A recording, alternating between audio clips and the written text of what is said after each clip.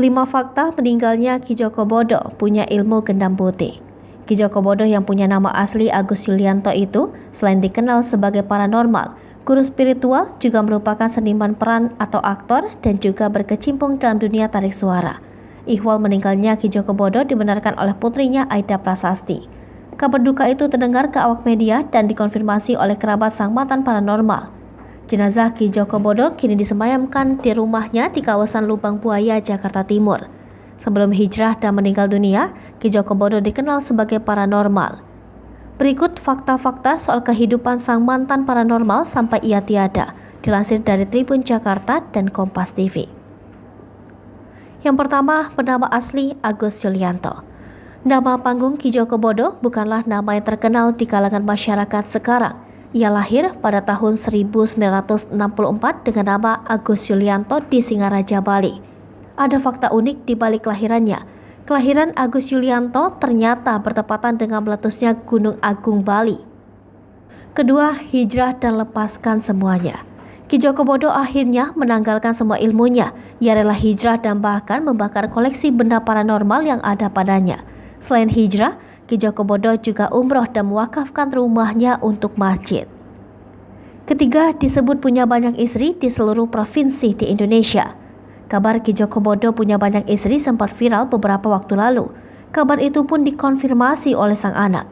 Namun menurut Aida, ia tak masalah dengan status ayahnya itu. Keempat, sempat mengenyam bangku kuliah. Sebelum jadi paranormal, ternyata Ki Joko Bodo juga mengenyam pendidikan kuliah. Ia sempat berkuliah di salah satu universitas swasta di Yogyakarta pada tahun 1990. Namun, karena biaya kuliah, ia kemudian merantau ke Jakarta dan bekerja menjadi buruh. Yang terakhir, kelima, ilmu gendam putih jadi andalannya. Seperti paranormal lain, Ki Joko Bodo ternyata juga memiliki satu ilmu andalan. Namanya ialah ilmu gendam putih. Berbekal ilmu, Ki Joko Bodo diketahui bisa menyelesaikan beragam masalah pasien, mulai dari ekonomi sampai cinta dan nasib. Ilmu ini juga bisa digunakan sebagai tolak bala dan pagar gaib. Berkait keahliannya, Ki Joko Bodo sempat mendapatkan gelar paranormal terbaik di Asia.